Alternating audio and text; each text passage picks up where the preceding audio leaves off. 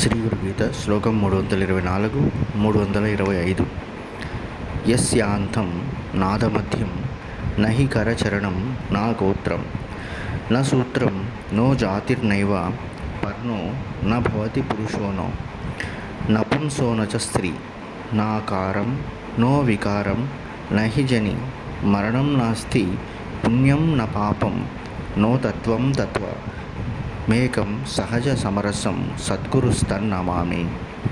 ఎవరికి ఆది మధ్య అంతములు లేవో, కరచరణములు లేవో, నామగోత్రములు సూత్రము లేవో, జాతి వర్ణములు లేవో, పురుష నపుంసక స్త్రీ కాదో, ఆకార వికారములు లేవో, జనన మరణములు లేవో, పాపపుణ్యములు లేవో, అసత్యము కాదో, ఒకే తత్వరూపుడై సహజమగు సమరసములు కలిగినటువంటి సద్గురువుకు నమస్కరించుచున్నాను.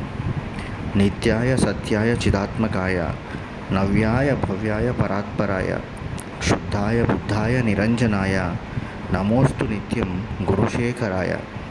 నిత్యుడు, సత్యస్వరూపుడు, జ్ఞానము కలిగినటువంటి వాడు, స్తుతింపదగినవాడు, శుభుడు, పరము కంటే పరుడు, శుద్ధుడు, జ్ఞానస్వరూపుడు, దోషరహితుడు అయినటువంటి గురుశ్రేష్ఠునకు ఎల్లప్పుడూ నమస్కరించుచున్నాను.